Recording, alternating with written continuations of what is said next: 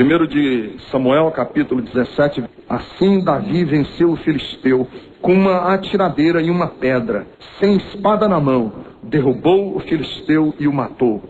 Amém? Queridos, nos relatos das grandes batalhas, nenhuma batalha cativa a nossa atenção tanto como a batalha, o confronto, a peleja entre Davi e Golias. Porque esta batalha de Davi e Golias, ela encarna várias situações que são semelhantes na história da civilização humana. Essa batalha de Davi e Golias é mais do que um confronto. Ela é simbólica, ela é metafórica, ela é ilustrativa, ela é uma batalha que traz à nossa memória várias imagens. Por exemplo, ela simboliza o confronto entre o especialista em guerra e o leigo, o pastor, o despreparado. Ela é uma batalha em que um se arma e o outro despretensiosamente vai para a batalha apenas com estilingue e algumas pedras numa aljava, num alforje. Ela é uma batalha que representa não apenas o confronto entre o especialista e o pastor leigo. Ela é uma batalha que representa para nós a desproporcionalidade das forças. Um é um gigante, fortíssimo, de músculos rígidos, e o outro é um rapaz de cabelo ruivo, que não tem a arte da guerra, da batalha, da luta corporal. É um confronto da desproporcionalidade. É o São Paulo jogando contra o Sorocaba. É o Corinthians jogando contra o 15 de Piripiri do Piauí. É desproporcional. É um país rico invadindo um país de soldados em mulambos, como a recente guerra que nós vimos. É desproporcional. É aquele ditado popular que a gente usa. É bater em bêbado. É uma luta covarde. É o Tom e o Jerry que estão numa peleja constante. Então ela simboliza um homem que se arvora, que cresce diante da batalha, que recrudesce diante do desafio do improvável. É o Davi. Essa batalha é para nós o confronto entre quem vai confiando em Deus, quem olha para Deus como fonte, como segurança, diante dos desafios improváveis, monstruosos da vida. Aqui o Davi, o Golias, é concretamente o que Jesus quis ensinar no Novo Testamento, quando ele diz: quem tem fé do tamanho de um grão de mostarda, diz à montanha, saia, e ela vai sair. Que é uma metáfora também, que é também a possibilidade de você olhar para os grandes desafios, as montanhas que se levantam diante de você, e você não se encolher. Então esse confronto, esse grandioso inimigo de um pastor, de ovelhas, de um adolescente, de um rapaz despreparado, para nós pode ser uma lição maravilhosa de vida. Então eu gostaria de falar dessa peleja, eu gostaria de falar dessa luta, desse embate, eu gostaria de falar desse evento que aconteceu em apenas um round. Um round. Isso aqui é um ringue que se prepara para uma luta, e num round, 30 segundos de luta, a luta já terminou. Descrevendo primeiro os dois personagens que entram para essa luta. Quem eram eles? Vamos conhecer um pouco, não do contexto histórico, mas vamos tentar conhecer um pouco da pessoa do Golias e do Davi. Primeiro, vamos ver Golias. Golias era, na verdade, a projeção de um grupo. Quem era Golias? Golias era a projeção de um grupo. Golias era um representante em que o grupo se sentia orgulhoso. Eles elegeram Golias para ser o seu representante. Então Golias, na verdade, não era ele mesmo, mas ele estava sendo agora a projeção dos desejos, das aspirações, dos sonhos do seu grupo. Era como se o grupo se sentisse realizado em Golias. Eu acredito que no exército dos filisteus tivessem covardes. Em todo exército existem covardes. Todo time de futebol existem os que pipocam, na linguagem dos futebolistas. Pipoca.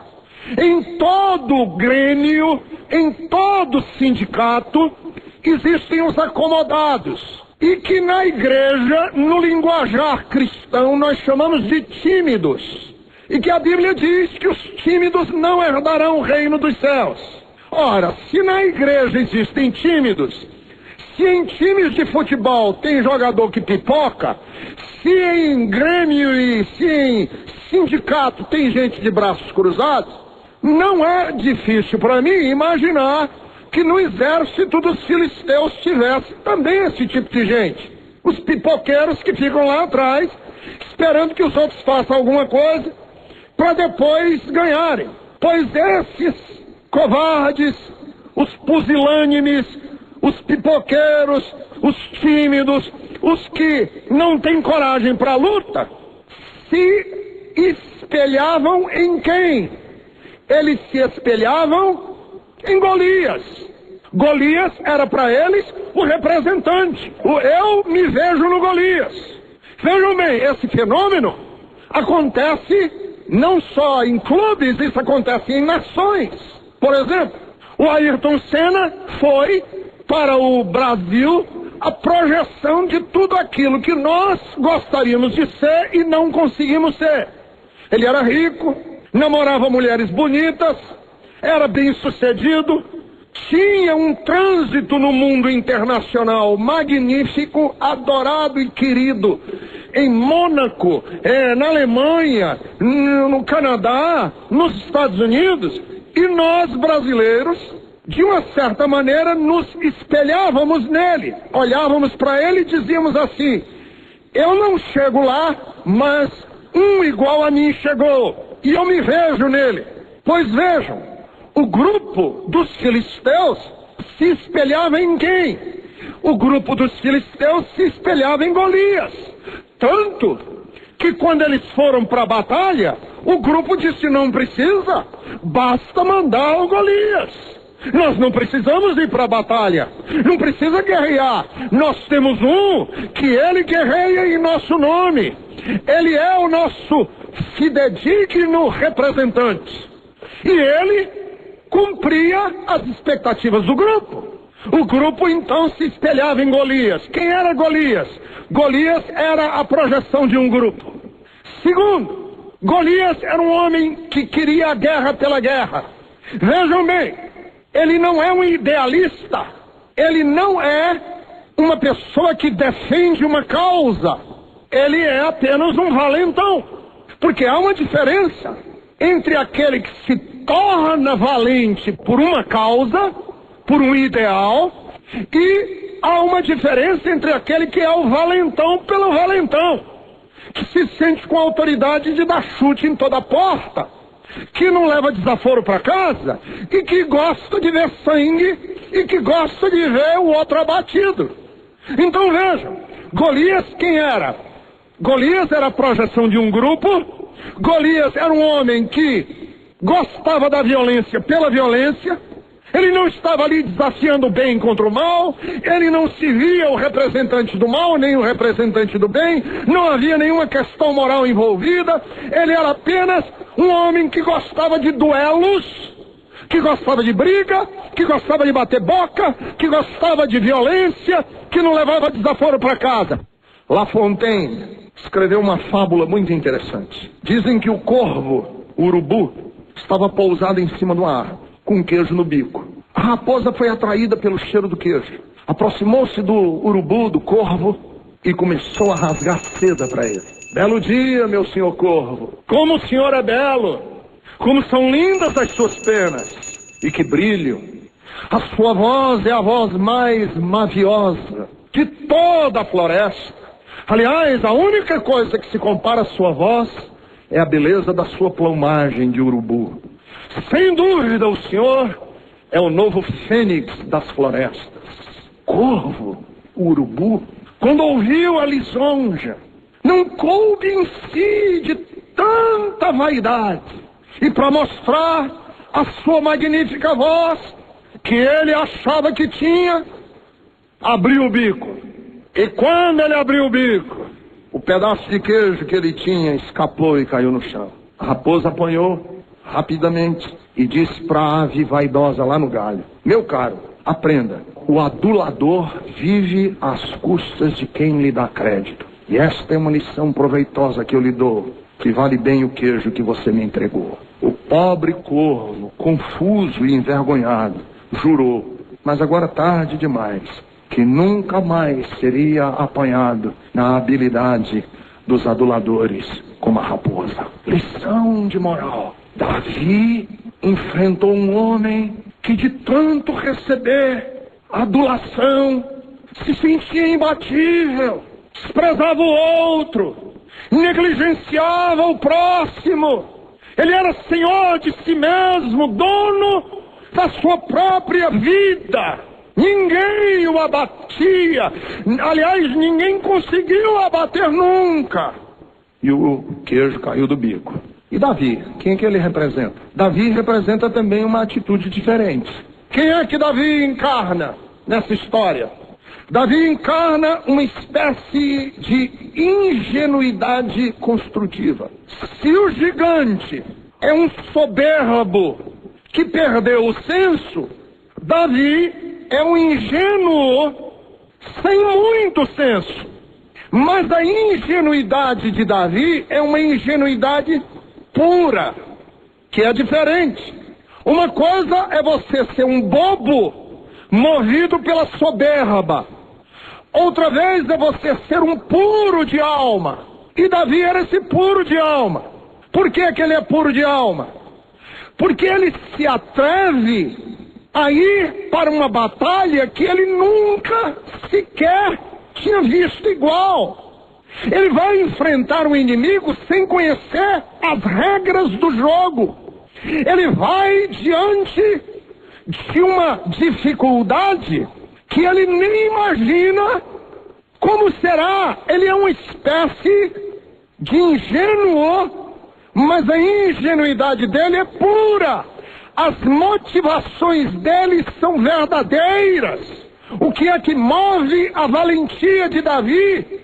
Não é a valentia pela valentia, não é a guerra pela guerra, não é a briga pela briga, não é o debate pelo debate, não é o bate-boca pelo bate-boca. Ele está indignado com a atitude do exército de Saul, que treme diante do filisteu. Ele está indignado com a passividade do povo que não reage. E ele disse: eu vou, mas ele nem imaginou o que significava esse dizer eu vou. E o que eu quero dizer para vocês é que muitas vezes na nossa vida, se você olhar para trás, as guerras que você ganhou foi quando você teve uma dose, você teve uma pitada, você teve um elemento em que você olha para trás e diz assim: eu acho que eu era meio doido naquela época, eu acho que eu fui meio inconsequente naqueles dias. Mas se você vê o que é que vai determinar a sua vitória nos atos inconsequentes que você tomou na vida, o que vai determinar a sua vitória foi com qual atitude você entrou. Todas as vezes que você entrou em alguma batalha na sua vida, em que a sua atitude era de arrogância, de soberba, de prepotência, de empáfia de nariz para cima, você foi ingênuo e quebrou a cara. Mas todas as vezes que você entrou em alguma alguma coisa na vida em que você foi com o coração puro, em que você foi ingenuamente na direção de um grande desafio, sem imaginar exatamente por que e como você estava fazendo aquilo, você olha para trás hoje, mesmo que você não tenha sido de imediato vitorioso naquilo que você fez, você olha para trás hoje e diz: graças a Deus que eu entrei nesse negócio. Então, em segundo lugar, Davi encarna o mito do Dom Quixote de La Mancha, que é o guerreiro solitário. Ele é o guerreiro solitário. Vocês conhecem a história de Dom Quixote, né? Em suma, a história de Dom Quixote de La Mancha, escrito por Cervantes, em suma é o seguinte: é a história de um homem que, de tanto ler, de tanto estudar, ficou meio abirobado na cabeça, e ele começa a querer guerrear, lutar. Durante o livro a gente não sabe bem ao certo se ele é um doido ou se ele, o Dom Quixote, encarna essa coisa humana que nós temos de querermos vencer desafios. E que quando nós não temos desafios a serem vencidos, a gente inventa. Porque é próprio da natureza humana. E que aqueles que não têm desafios, na verdade, são pessoas que merecem a nossa misericórdia, porque eles são a encarnação da derrota, do pacifismo, da complacência, do comodismo, da covardia, da paralisia existencial. Davi se indigna, se revolta contra as ameaças de um gigante. E ele diz: eu vou. Para ele dizer eu vou, ele teve que primeiro vencer a covardia da sua comunidade. Porque quando ele disse eu vou, imagine os soldados profissionais de Saul vendo um molequinho baixinho de cabelo ruivo, encaracolado, dizendo eu vou. Os gigantes que também tinha em Israel, não tão gigantes quanto Golias, mas tinha bons soldados, dizendo assim: que vergonha eu! Esse moleque vai e eu estou aqui de braço cruzado. Para ir contra o gigante ele precisou vencer a improbabilidade que o rei... Porque quando o rei soube que o menino disse eu vou, o rei Saul disse: você não pode ir. Seria uma irresponsabilidade da minha parte deixar que um menino como você vai enfrentar esse gigante. Mas ele é um Dom Quixote da Bíblia, ele diz eu vou. Essa semana eu estava escrevendo e escrevi um texto sobre coragem. Deixa eu ler para vocês. Milhões vivem com algemas invisíveis. Sem delito que os condenem, não conseguem enfrentar inimigos inexistentes. Tornaram-se prisioneiros dos seus próprios corações. Vivem dentro de cercas que eles próprios ergueram. Aceitaram o grito imaginário de um general que nunca nasceu. Apavoram-se com um rugir de leões empalhados. Temem o veneno de cobras virtuais. Um estado de espírito negativo tornou-se-lhes realidade mais cruel que a crueldade da vida. Reféns de um pessimismo mental, sabem a priori que o mundo permanecerá nebuloso. Eles só pensam na inevitabilidade do impossível, na improbabilidade do milagre e na inviabilidade da utopia. E assim a vida se arrasta para eles. Coragem é não se aquietar. Timidez é aceitar domesticar-se. Agora eu estou convicto que o mundo pertence àqueles que aceitam arriscar a sua própria existência para responderem às suas inquietações internas. Deles não são as molduras, os cabrestos, os dogmas e as bitolas. Seus versos não aceitam métrica, nem suas pinturas retratam qualquer escola que os precederam. A eles pertencem os prados sem arames farpados e os ventos que navegam pelas trilhas do imponderável. Os bravos continuam lutando, sem nenhuma garantia de alcançarem o que desejam. Eles sabem que a complacência aleija, o triunfo mirra. Os triunfantes são acomodados, são os irrequietos, os descontentes que indagam, os insatisfeitos que aceitam serem tensionados, e os irrequietos navegam rumo ao grande mistério. E estes formam a grande comunidade da qual o mundo não é digno. Queridos, Davi era esse homem, irrequieto, certo de uma coisa: a probabilidade de morrer nas mãos do inimigo filisteu é menos cara do que viver como covarde nos exércitos de Saul. Eu prefiro morrer nas mãos desse gigante a passar o resto da minha vida nos exércitos de Saul como um covarde. Eu vou. Essa é a atitude deste homem. Terceiro, o que é que Davi representa nessa luta? Ele representa o contingente, o agrupamento, o bloco de gente que vence as suas limitações familiares. Queridos, quando Davi disse, eu vou, sabe quem foi que primeiro disse que ele era um prepotente e um arrogante? Os seus próprios irmãos. Vejam comigo no texto que eu acabei de ler para vocês.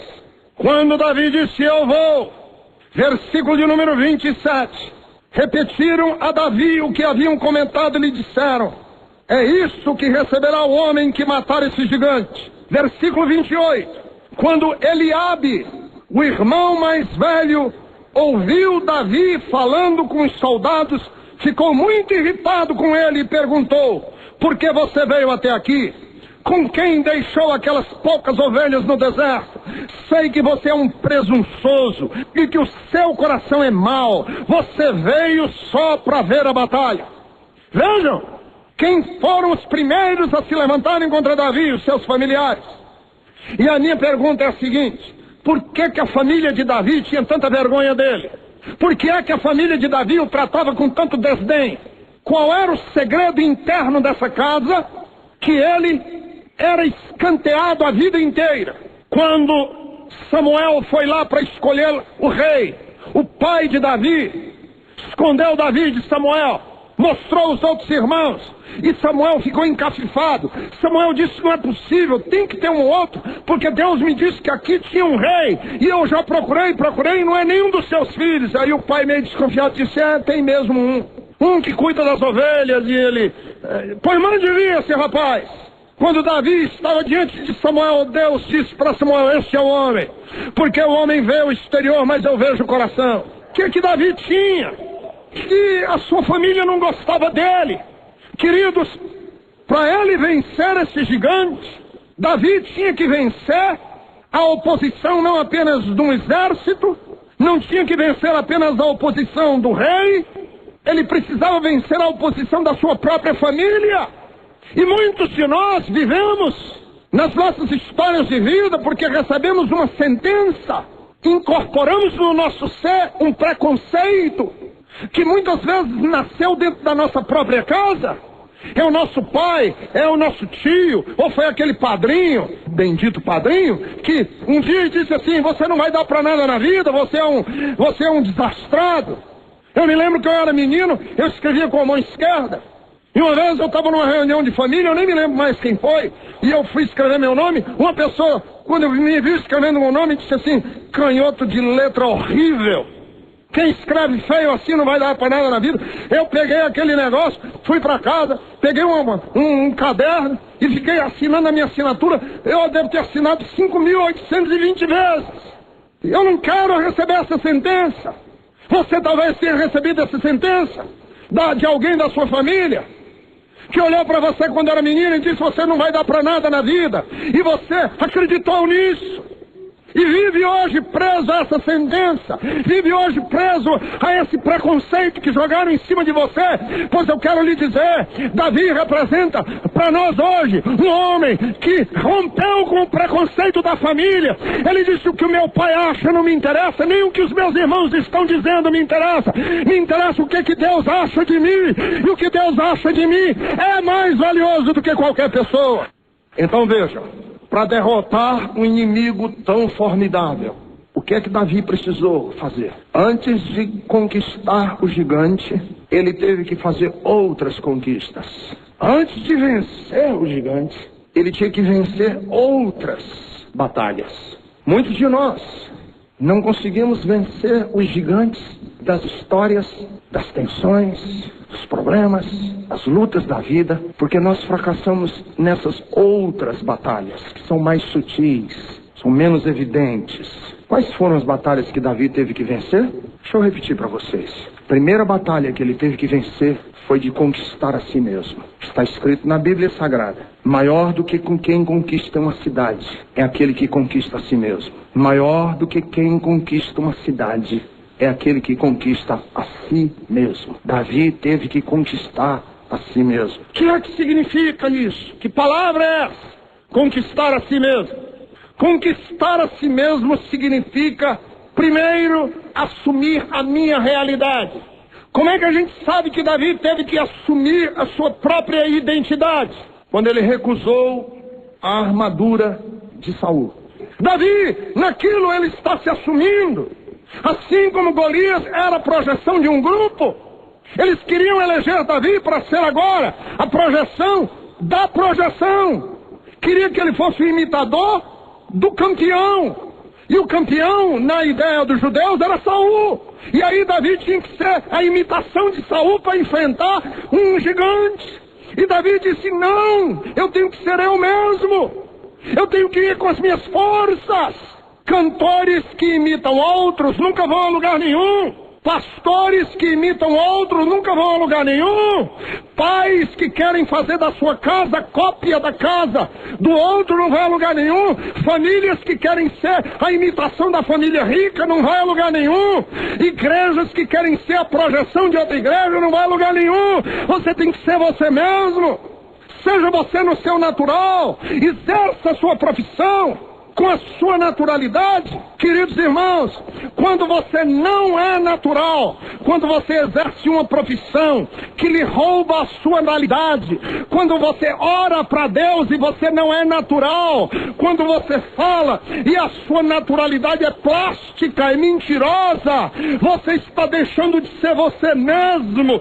E inúmeras pessoas são vencidas pelos Golias da vida, porque ele não é ele mesmo, ele é a projeção do outro. E projeção do outro sempre é uma imitação mal feita. Você nunca consegue ser melhor do que o outro, porque o outro é o outro e você é você. Você tem que ser você mesmo. Você pode não ser tão bem sucedido como o outro, mas é você mesmo. E ser igual a você ninguém vai conseguir. A única pessoa que consegue ser você é você. E é por isso que Deus quer que você seja você e não o outro. E quando a gente é a gente, o poder de Deus se aperfeiçoa na nossa fraqueza e nós podemos enfrentar todos os gigantes da vida. Para derrotar um inimigo tão formidável, ele precisou primeiro conquistar a si mesmo. Segundo, ele precisou manter o equilíbrio diante da pressão e da provocação. Porque naquela época, nas guerras, um xingava o outro, um provocava o outro. Para quê?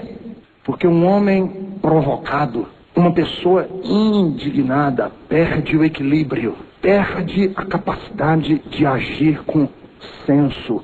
E Davi estava sob tremenda pressão. O seu irmão o julgou, a pressão era grande, estavam difamando ele. Inclusive, deixa eu falar para vocês que existe uma diferença entre calúnia e difamação. Calúnia é quando você inventa uma mentira para arrasar com o outro. Isso é calúnia. Difamação é quando você fala uma verdade para arrasar o outro. Então os irmãos de Davi fizeram calúnia e difamação, as duas coisas. Calúnia porque disseram: eu sei porque que você veio para cá. Você veio para cá só para ver a guerra, só para ver a nossa desgraça. E não tinha sido, isso é mentira. Ele foi para a guerra porque o pai dele pediu que ele levasse comida para os irmãos. Isso é calúnia.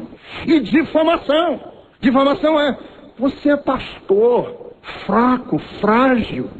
E ele falou a verdade, ele era pastor, era frágil, era simples, era.